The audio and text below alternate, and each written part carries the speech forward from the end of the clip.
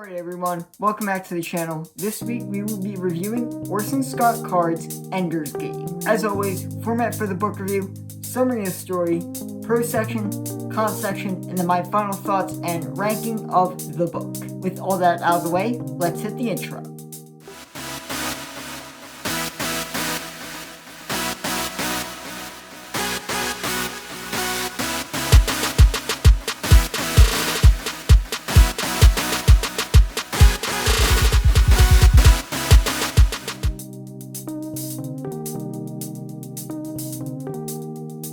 After the devastating bugger invasion 200 years ago, humanity has slowly started to rebuild and ready itself for the next bugger invasion. This preparation takes place in the form of this program where humanity's international fleet tests for really smart children to command their army in the next invasion. And their latest candidate, Ender Wiggen, is who they're pinning all of their hopes on. Ender Wiggen is brought into battle school where he will be trained and pushed super hard in order to prepare him to become humanity's great commander of their invasion fleet.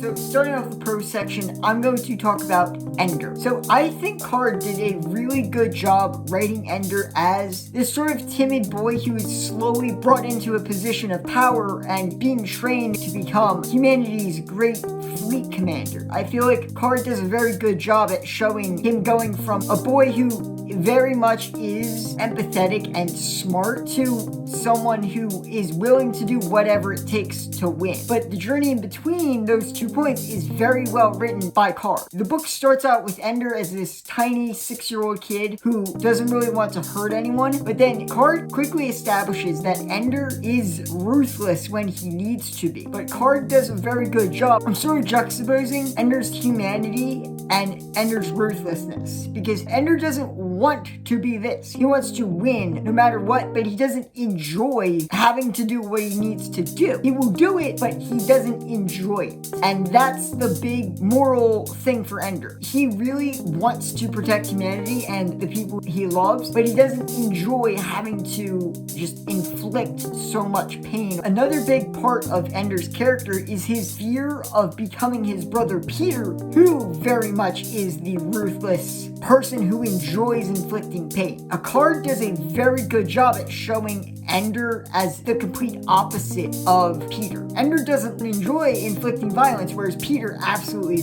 relishes in it. And I feel like Card does a very good job at showing that juxtaposition and Ender's fear at becoming Peter. When he's playing the mind game in the battle school, there is a lot of symbolism going on through that entire section of the book. There's a ton of symbolism if you really read into it. So Card did a very good job juxtaposing the two and showing Ender's real primal fear at thinking he is becoming his brother and trying to fight against that. Card does a very good job at that part of Ender's story. So second thing I'm going to talk about is the Peter and Valentine plot that is going on within this book. While Ender is actually doing his thing in battle school, there is a plot line with Valerie and Peter where they try to start influencing the political landscape of their world, and they are actually very successful in doing it. I really like how Card used Valerie and Peter's plotline as sort of a break from Ender's main plotline in the battle school. Because the thing is, with Ender being so young as he is during the book, there's only so much Card can have Ender do in the battle school. So I feel like it was a very good idea to have Valerie and Peter have their own thing going on and sort of using it to break up Ender's part of the story. Because don't get me wrong, Ender's part of the story is good, but like I said before, with him being so young, there's only really so much Card can let Ender do in his story. So I really appreciate that Card was able to use Peter and Valerie's plot point as a very much as a secondary plot, but Valerie and Peter's plot was super interesting in and of itself, that it's a very integral part of the story. So you can't really take Valerie and Peter's plot lines out without changing the story entirely. Because if Peter and Valerie's plotline was really boring, on the other hand, then I would be totally saying that dragged the story down in the long run. But the Valerie Peter thing is not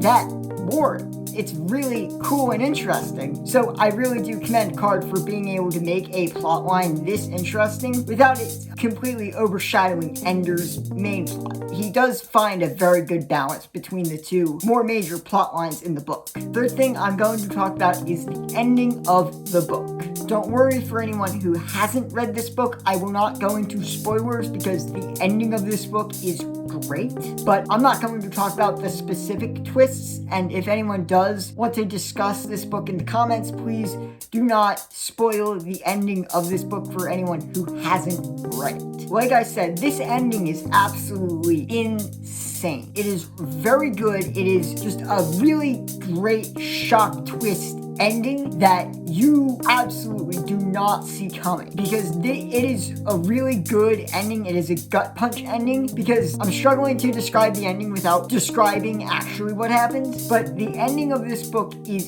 great. Like I said, a complete gut punch, and it really puts what Ender has been doing the entire book into a completely different perspective after you realize, holy cow, what this ending means.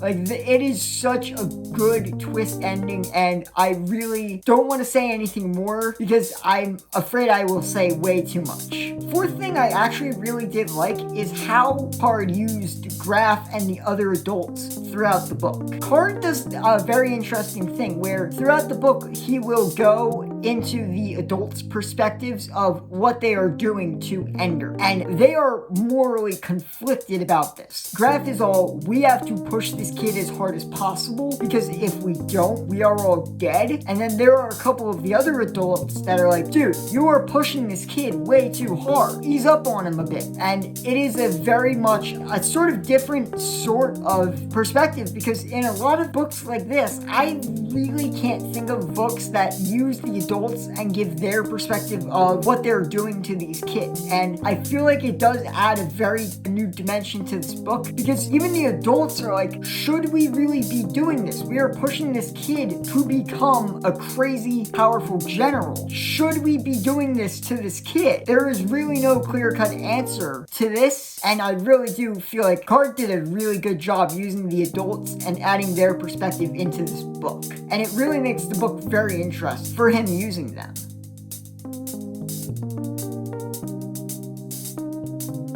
Coming to the con section of the book, the one thing I'm going to talk about is sort of the timeline of this book. Like I said earlier, because Ender is so young, there are large just time skips between the battle school, because Ender goes in when he's 6 and he comes out, I think he's like 10 or 11, I forget the age. He goes out and into the command school, but there are a lot of time jumps. So I feel like if Card had set Ender at 12 already at the start of the book and let him age up from there, Card could have used Ender a bit more as far as the battle school plotline. The battle school plotline is still good, but I feel like if Ender was older a little bit, Card could have used Ender in more situations. Because with Ender being as old as he is, like I said before, Card can't really have him do a whole lot. A lot of the battle school plotline is just Ender trying to find his way through all of that, and that's still a good thing. But if Ender had been a bit older when he went in, there could have been a bit more time, there could have been a bit more explanation on the world, but because Card has Ender move through the battle school so fast, the battle school does feel very disjointed at parts during the book.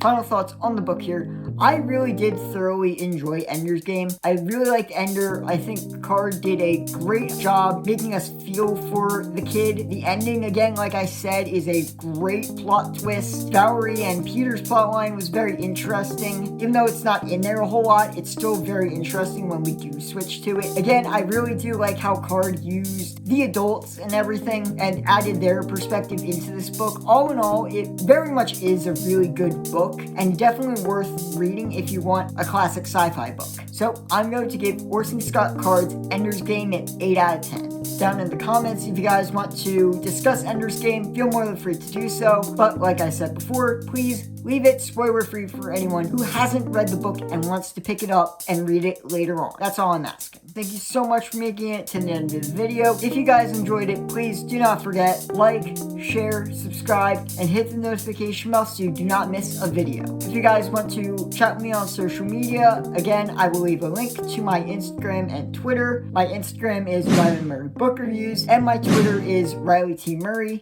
I will leave links to both of those accounts if you want to go and follow them. Also, down in the comments, you guys can suggest book reviews you want me to do in the future. I would love to see what you guys want me to cover on this channel. Also, if you guys have video ideas you want to see me do on this channel, leave those down there as well. I will see you guys next video. Have a great week, and don't forget, keep on reading.